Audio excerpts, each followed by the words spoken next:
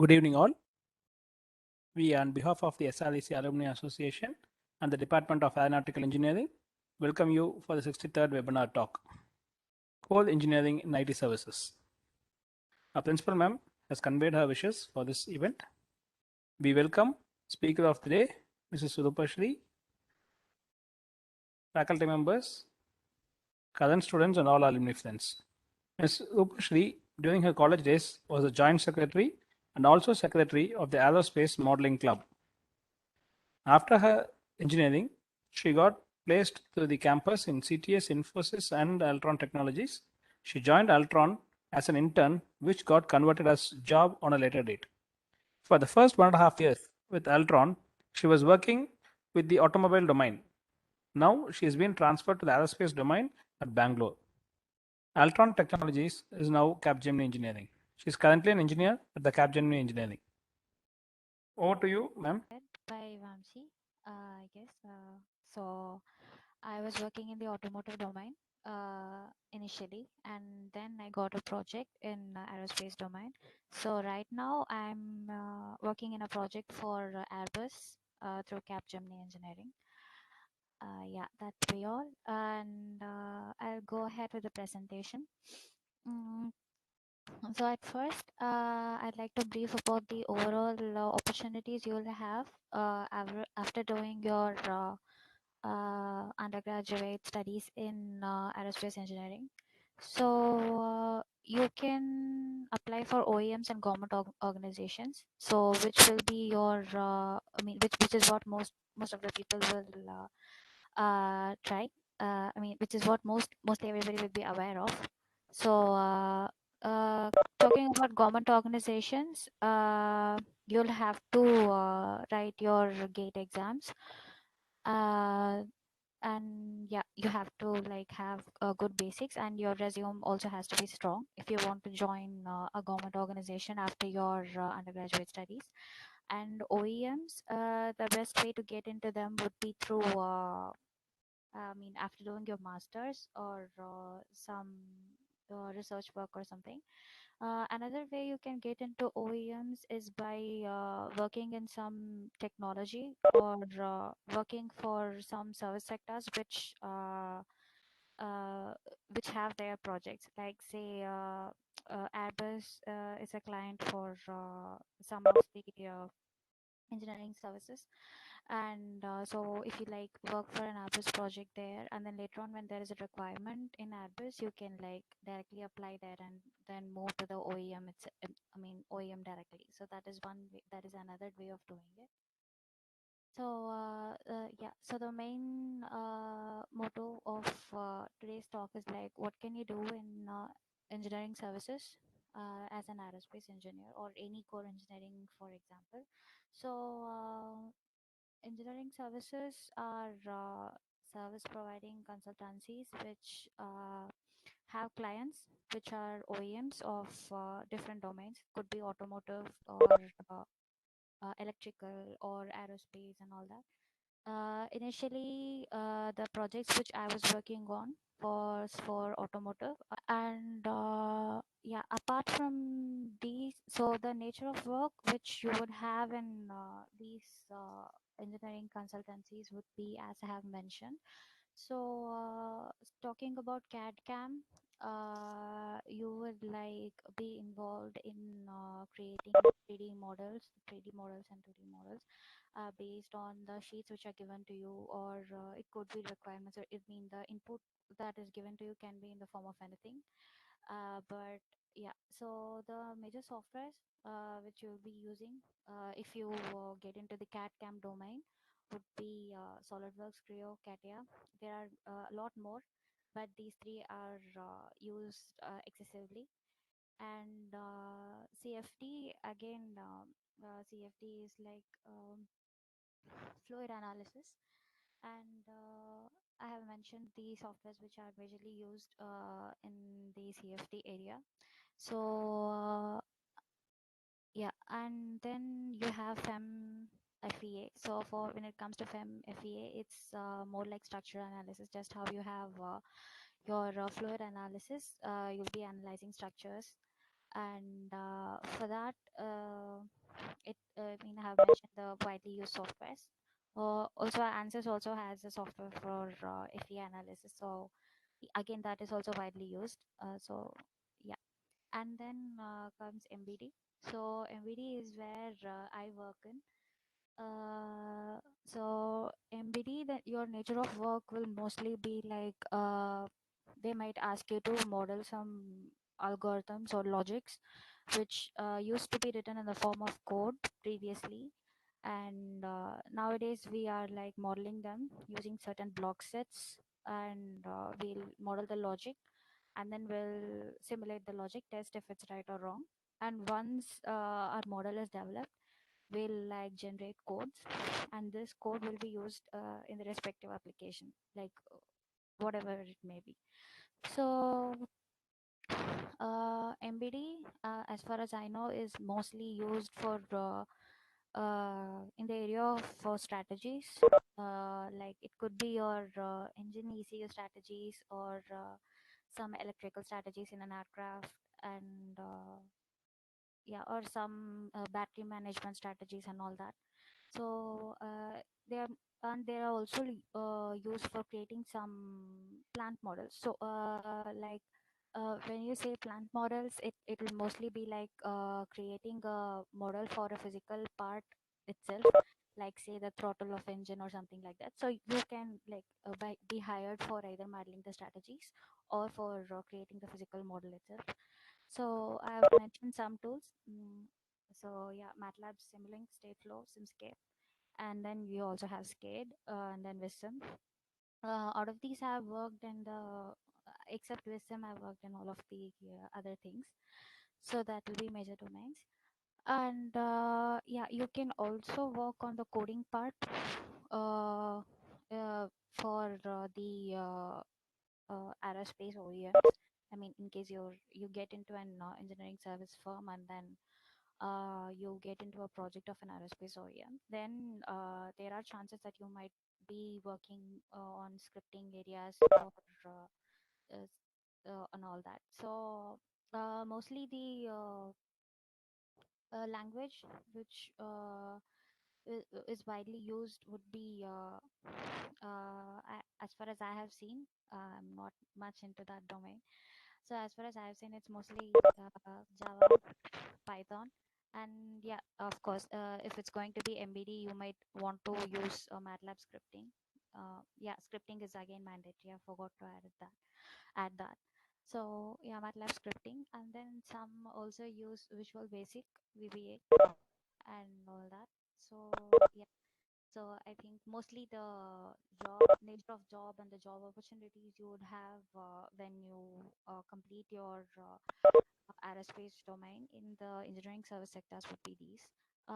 Not just engineering service sectors, even like if you get into some OEMs, mostly these are the areas you'll be working on. And yeah, apart from that, uh, so I'd also like to say like there are some IT firms which you can also apply to. Like apart from if you're gonna change your domain from aerospace, or get into coding and all that. So I think you can apply for some of the biggest IT firms such as Amazon, Google. You can also try Zoho if you're good with coding. And yeah, I think again their requirements would be that you have to be good in some OOPS based language. I think mostly Java, Python, and all of that. So yeah, that will be all.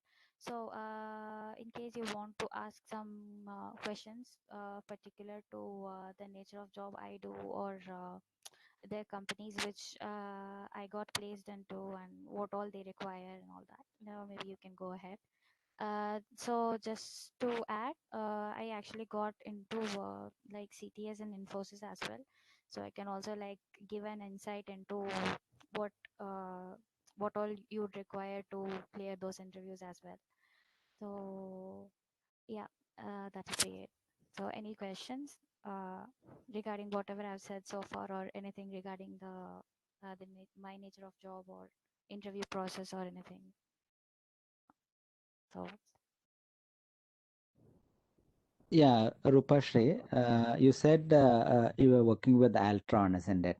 So, yes, and you did some internship, and then you got placed in that company. And yes, out of the three offers you had, you chose to be with Altron.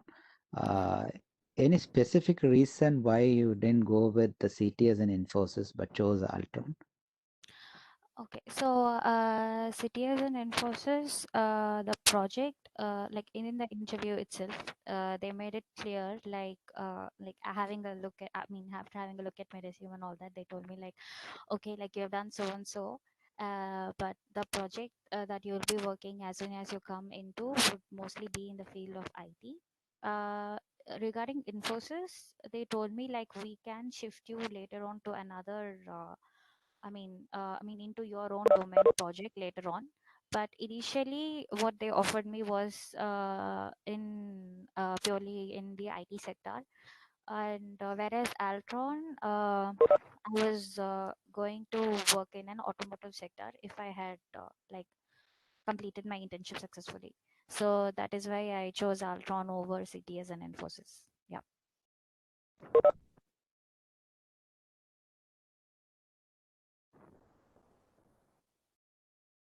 Okay, for Altron, what are the skill set you require to get into Altron?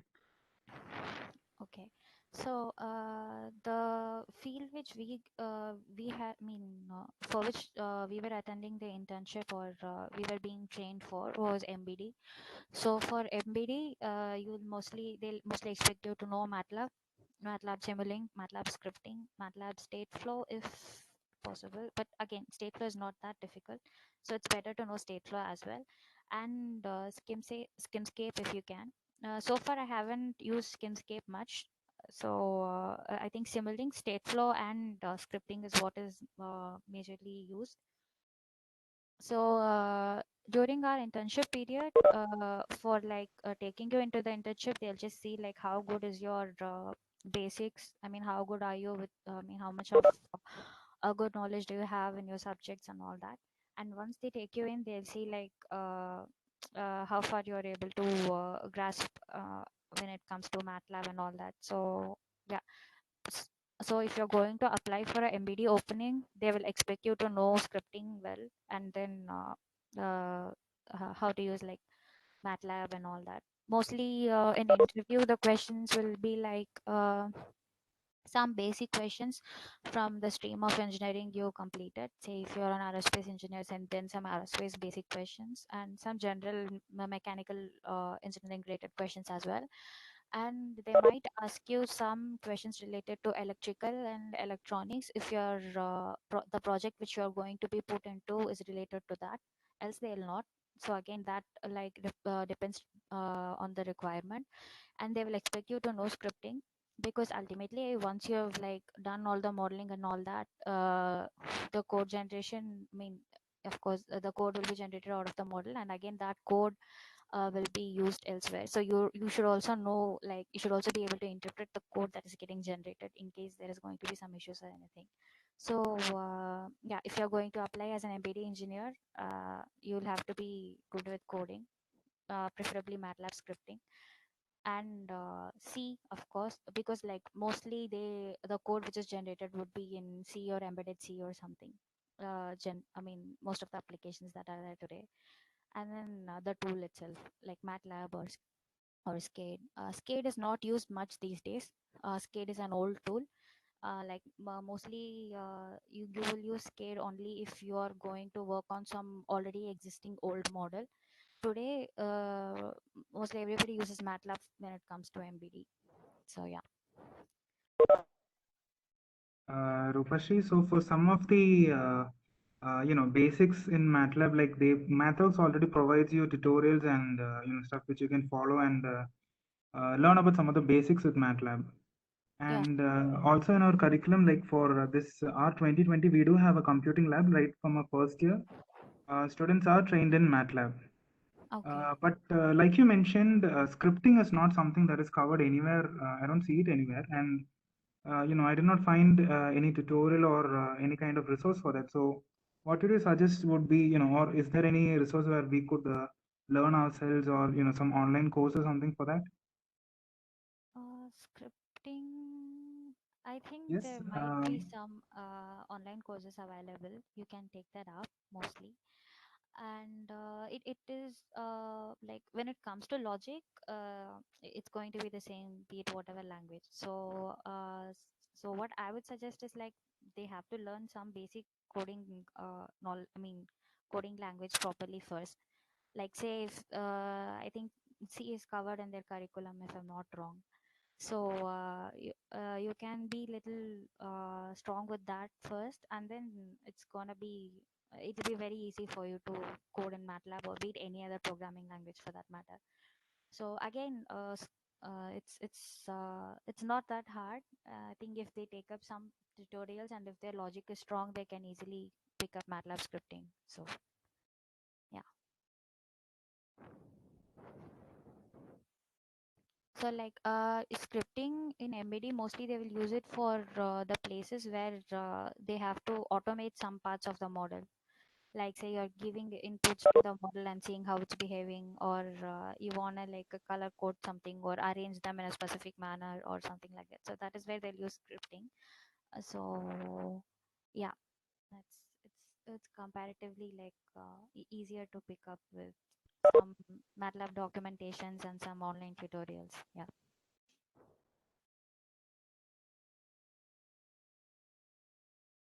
Oh, good evening, ma'am. One small Good thing evening. with respect to your nature of work. So it's Okay. mainly into simulation or for a developed product, uh, or is it like it's R&D based work is what your domain is into? Okay, so I have totally worked on like five to six projects so far. I mean, my experience is like 2 years. So some projects, it's like you'll have an existing model and there will be some issues with the model. You have to rectify it, test if it is working fine or not, and then you have to give it to the customer. Whereas in some projects, you'll have to like do the modeling right from scratch. They'll just give you logic, so they'll give you requirements like this is what I want this model to do, or the logic might be in the form of a code as well. Like they'll give you a code and then, I mean, not the code exactly, maybe the logic of the code, like if so and so is this, then so and so should happen, like that. So more like a pseudo code. So that could be an input as well. So they could give you pseudo codes and they'll ask you to develop models out of it. Or sometimes you might have diagrams, logic diagrams, say some electrical wiring diagrams or something like that, and you might have to like understand that diagram and then model accordingly. So it depends from project to project. So for whatever I have worked on, I have done both development and uh, rework on the existing models as well. Yes, Rupashree. See, you showed a slide which requires SolidWorks, Creo, and other stuffs of modeling to be Yeah. known to a student, isn't it? Yeah. So when we hear people working in Infosys, really they do core engineering job also. We want to know the truth of that, whether they use all these modeling softwares in Infosys. Yes, they do use it. Say, if you're in an engineering service project, you'll definitely in the CAD/CAM domain, you'll definitely use those softwares. So yeah, Okay. again, like So it's based on the domain. If you're into the CAD/CAM domain, you'll use that, be it Infosys or any company for that, any engineering services company for that matter. MBD, then it's going to be MATLAB and so on. So yeah.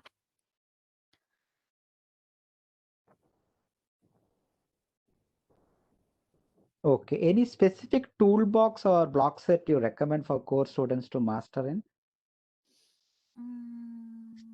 Well, basically, all the basic block sets of Simulink, that will be very important. You have to know that. I mean, all of that. And apart from that, toolboxes as such, again, like it depends on the project we are working in. Say if you're going to model some control models and all that for some systems, then you have to know the control system toolbox a little well. And if you're going to like design some GUI and all that, then you might want to know the aerospace toolbox and all that. And mostly like the basic block sets, whatever is present is important. You have to know it thoroughly. Apart from that, if you want to learn some toolbox, then I'd recommend learning control system toolbox. It's used kind of excessively compared to the other toolboxes. So yeah.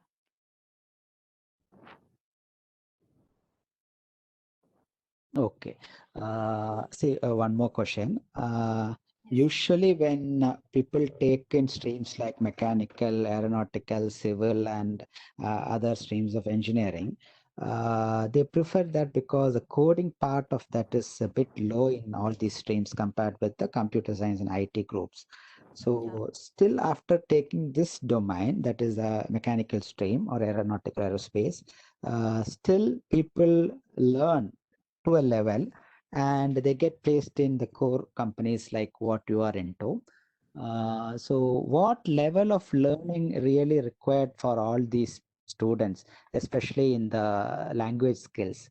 You should really master in it, or what should be the depth of knowledge a student should have? Okay. So according to me, one language at least like you should know it very well. Say at least like C you should know it like very well. And later on, like you want to learn Java or Python or something, just like if you know the basics or basics of it or something, that's okay. But the very fundamental language will be C. Or say if you're not interested in C, you like Python or something, be it anything. But one language like you should know it very well, so that like you can pick up some other when you go and get into an industry. Because like you cannot say for in what language you'll be using and all that. Say like if you're gonna get into MBD, then you'll mostly be using MATLAB scripting and all that. Whereas some other domain might want you to learn say Java or Python. So it is important to like know at least one language thoroughly, so that you can like pick up the other one which you will be working on later on. Okay, that's nice. So we can tell with a strong evidence that students, those who learn aeronautical or mechanical, can get placed in IT companies, and in that company, really core engineering job is being done. And as you said, you too got an option there, but after some time of working with Infosys or CTS, you may be placed in the core division. That is what you said, isn't it? So one thing is for sure that aero guy or a mechanical guy can really get a chance to work in core engineering in all these IT services company, isn't it? Yes, provided like they have requirements and you have the required skill sets and all that, you can definitely like get into it. Yeah.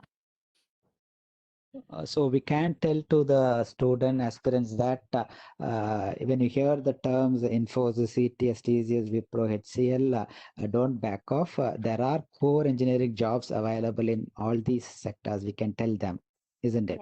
Yes.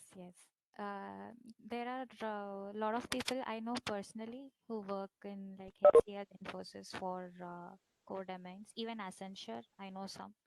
So yeah, they can very well attend. Yeah.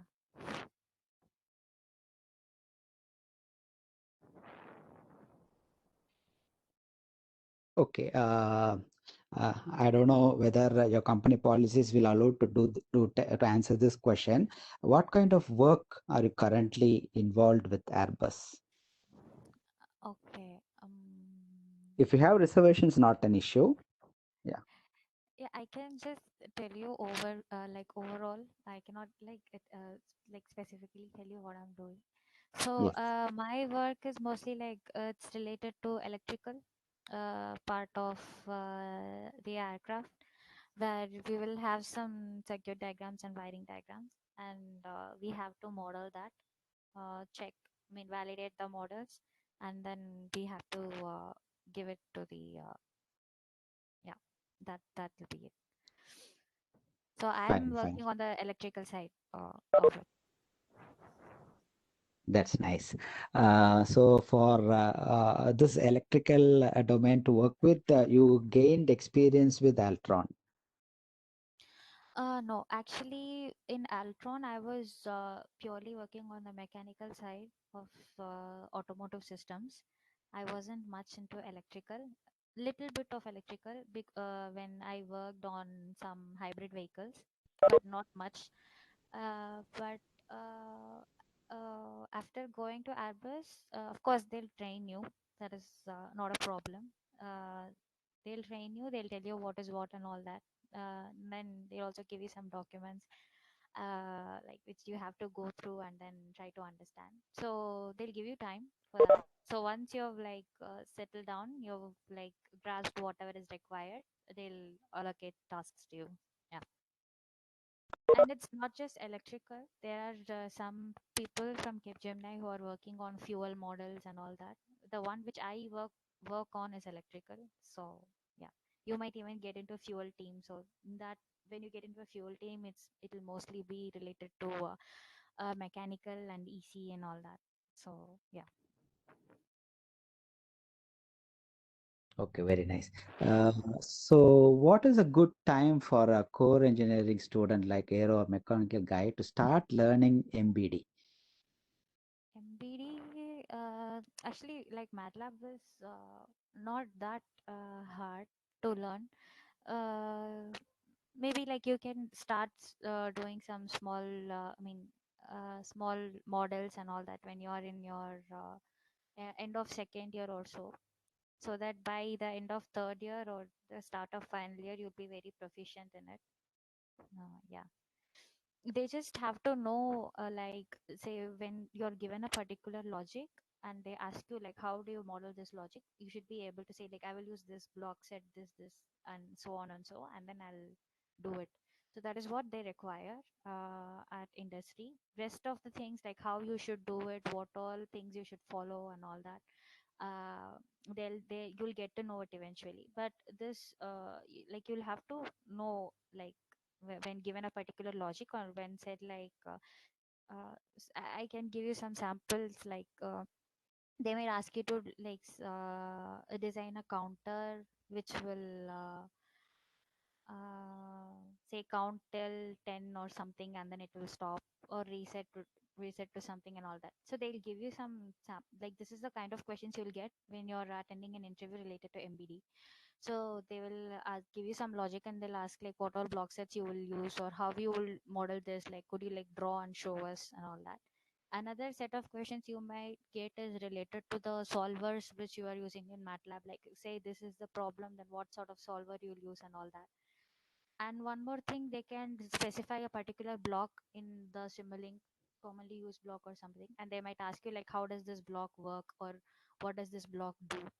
So yeah, those will mostly be the questions you'll be getting in terms of MATLAB. And for being proficient in MATLAB, I think a year's time is enough if you like spend an hour or so every day. So yeah.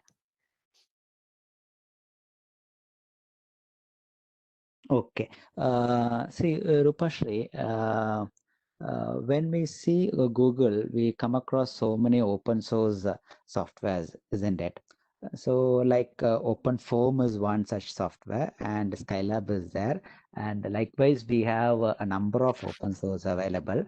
So, I want to know whether like companies like branded like Airbus and other companies, will they really accept the results from these open source softwares, or they really support it, or they go for only commercial platforms? Right now, as far as I am aware of, they use commercial ones. They are not adapted completely to open source softwares, but I don't think learning an open source software would be an issue or anything, because basically they want you to know like say if you take some CFD tool, you'll have some equations or some rules which will be governing the output of the simulation. So they want you to know the fundamentals well and what kind of what kind of okay, I don't remember the terms correctly since I haven't worked on it much. And it's they want you to know like what all boundary conditions you will give for a certain simulation and all that. So they want you to know the fundamentals well. The tool, it may differ, like I said, from project to project. Some might be using Fluent and some might be using something else. So but the governing equations and all that is going to be the same. So you have to know that well. Say if CFD is going to be your domain, then uh, you have to be very good in one, and it's better if you know the others as well to a certain extent. And like I said, you have to know the governing equations very well, and you have to know like what all conditions you should give for simulating different scenarios. So as far as CFD is concerned, I think that is how it should be. And in the industries, they are so far using their commercial tools. They haven't completely adapted to open source. But I do, I mean, I have also heard like some major OEMs like Mercedes and all, they are planning to shift to open form. So yeah, that is also there. Okay. Very nice. So, as a aeronautical engineer, I would like to put up one question which benefits definitely the student community. So, what scope percentage you look into an aeronautical student to get placed in companies? Like whether there are a number of aerospace or aeronautical companies there to recruit students, or it is something the ratio is not on par with when we compare with other streams of engineering. So I would say like there are enough opportunities. You just have to like have the required skill sets and you know like say if you're like I said, if it's going to be a government sector, then you have to have, I mean, you have to clear your gate. And if it's going to be some OEM you have to get into, then they might ask you to, you know, have specialization in a certain domain. Like they might want you to be an expert in structures or something. That could be one scenario wherein you'll have to do masters. Or else if they are taking you in for they might be taking you in for some particular job. So that job will again require some skill sets. So if you have those skill sets, again you can get into those OEMs and all that. So it is a matter of having the right skill sets, and you must of course be very strong in your basics and all that. So if you have enough capability, you can very well get a job. It's nothing like there is not much scope or anything. Yeah. Okay, very nice. Thank you. See, passed out in the year 2019, you got with an opportunity to work with Altrons. Fine. Then, really, when you see your own biodata, it looks like in the 2020 and 2021, it is a pandemic zone, pandemic time zone. And how did you cope up with this? Okay, so yes, there were some issues because of pandemic.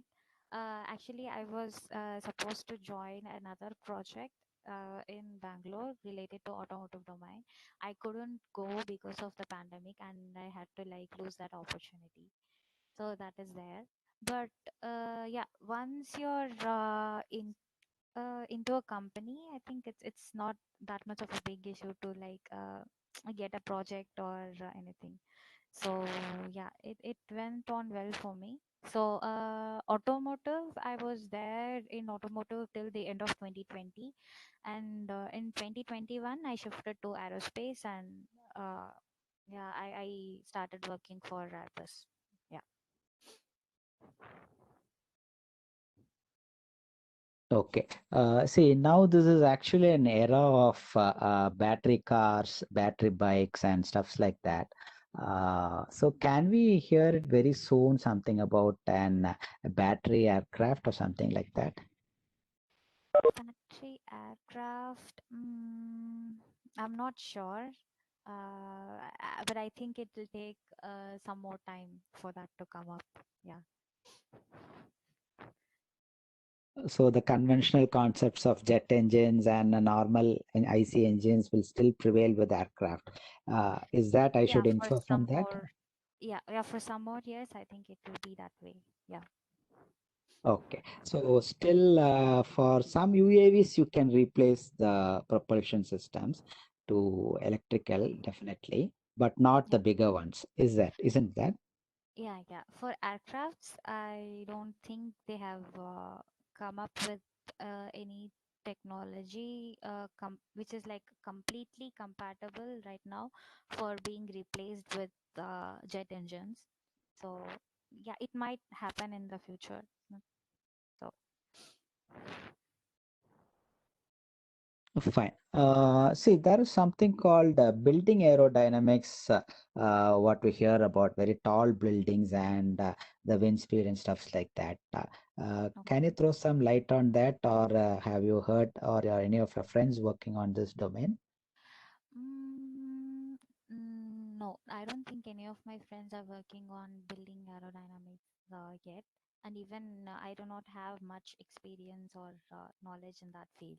So, yeah. Fine. So when you say it is an aerospace or aeronautical engineer, people think that it is only pertain to aircrafts. But still, there are so many other arena where you will get a job opportunity. If I'm correct, the windmill is one such sector where an aeronautical engineer can get a job.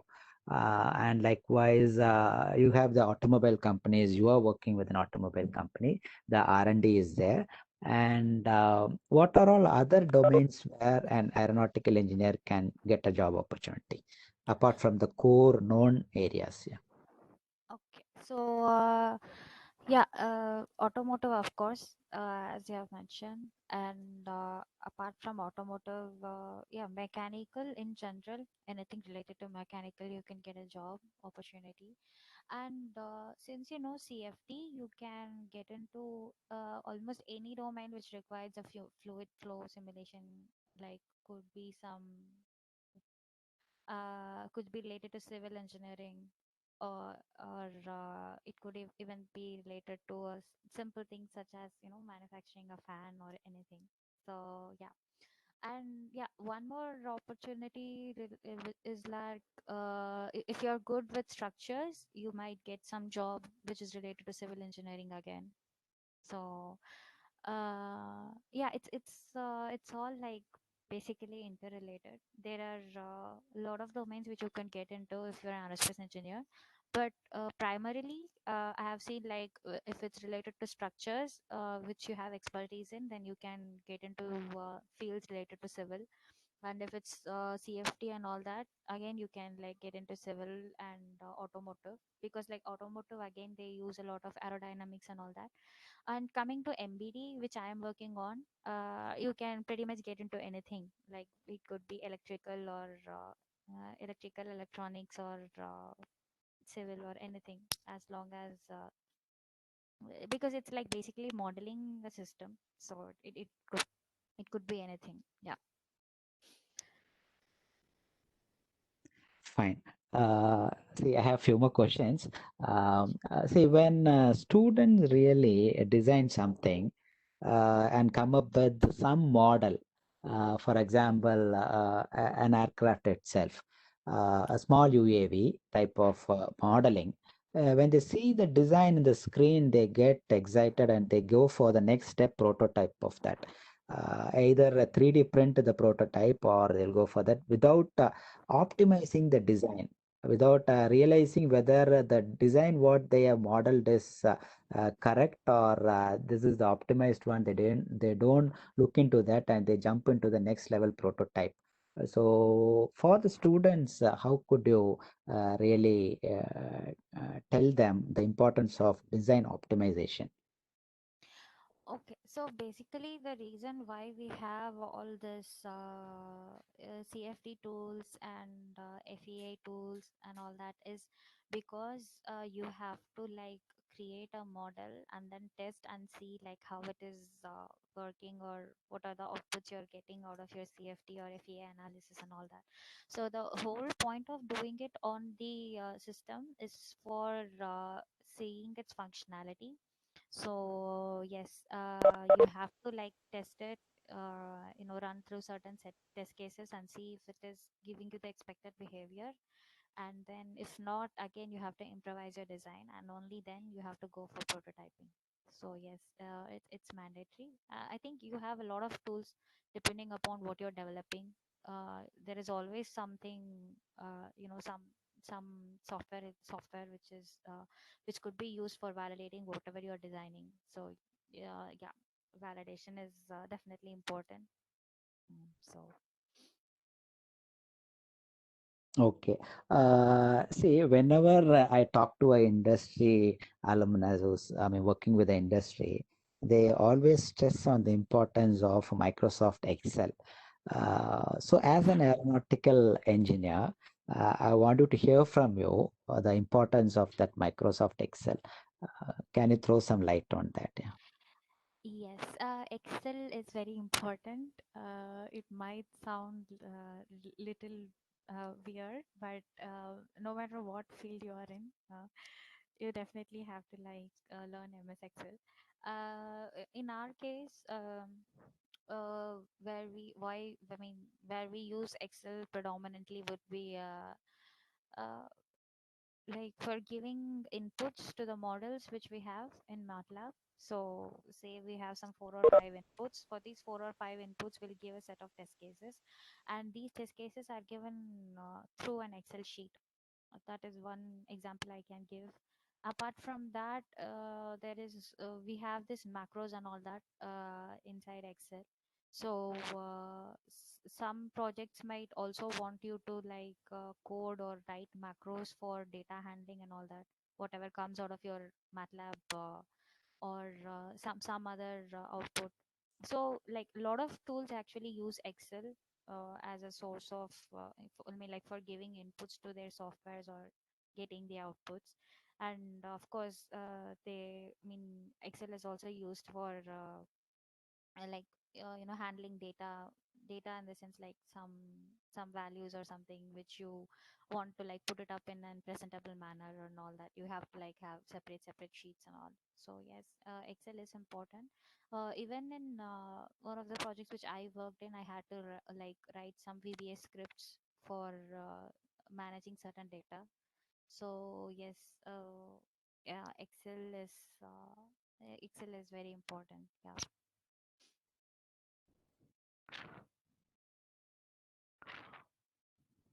Okay, very nice. Just maybe this is an out of syllabus question, but still, see, the very first aircraft in history is our Pushpa Vimana, though it is a story or something.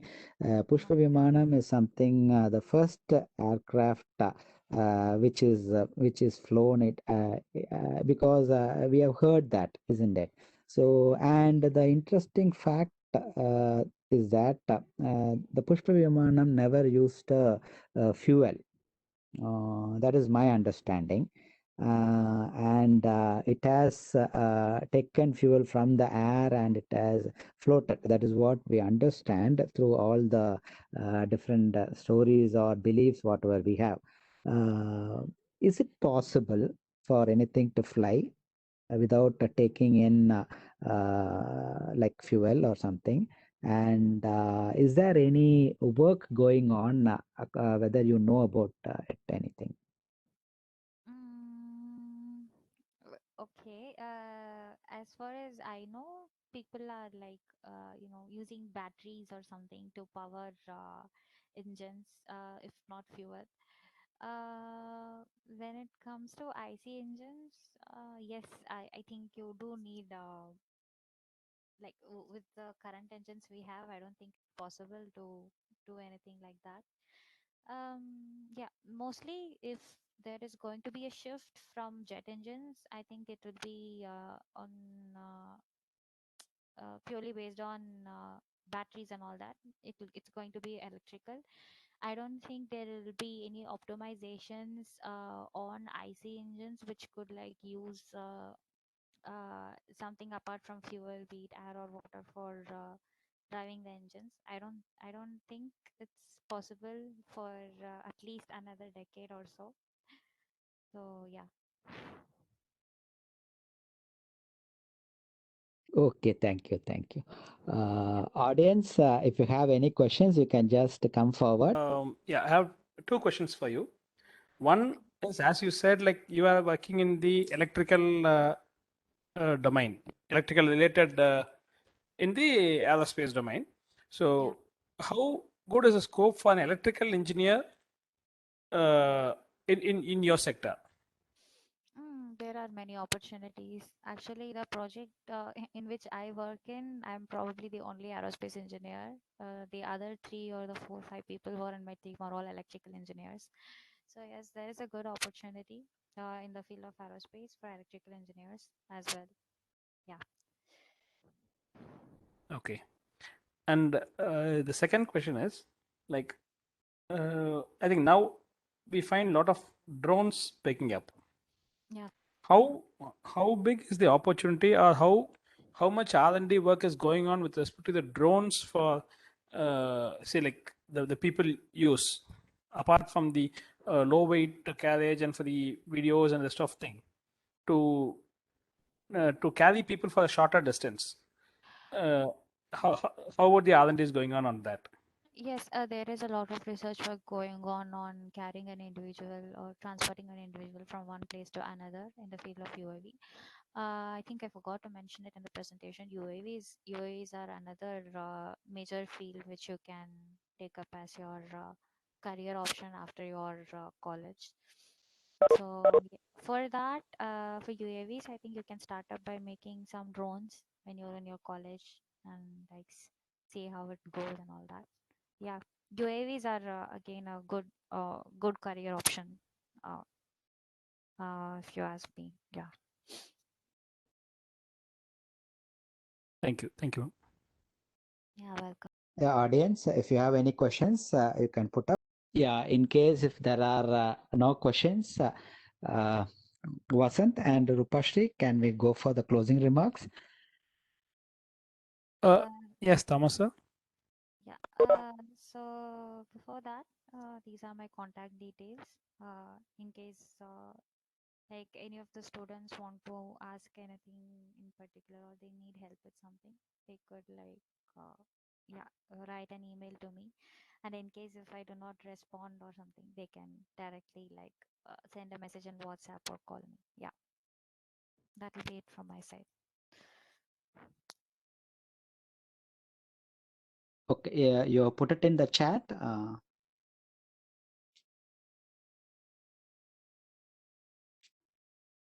visible. Like have I stopped sharing? Yeah, you stopped sharing. Yeah. Yeah, 1 minute. Visible now, right? Yes, yeah. Okay. Yeah.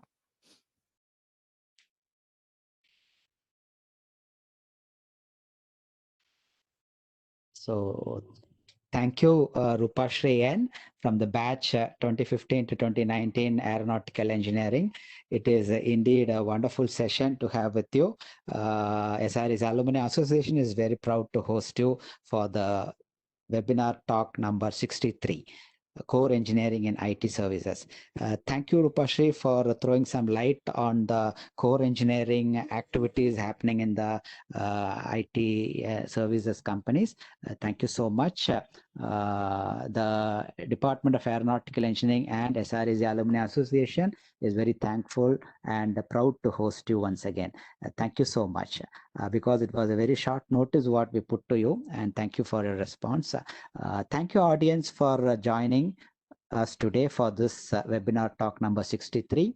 And next Saturday, the coming Saturday, sorry, we have our 22nd annual general body meeting and the annual day celebration of SRE's Alumni Association. It is happening in online mode, the same WebEX platform, and we have a guest speaker from the Pattimandram side, Mohana Sundaram. He is a bit familiar face with respect to Vijay TV and Pattimandram. If you just Google him, you will come to know. Mohana Sundaram is a bit very energetic Pattimandram speaker. One of a very strong base what he has, and so he's called in for this particular annual day celebrations of SREC Alumni Association parent chapter. So we request all to join in numbers on Saturday 6 p.m. to 8 p.m. Thank you, student friends and faculty members for joining us today. Thank you so much. Thank you one and all.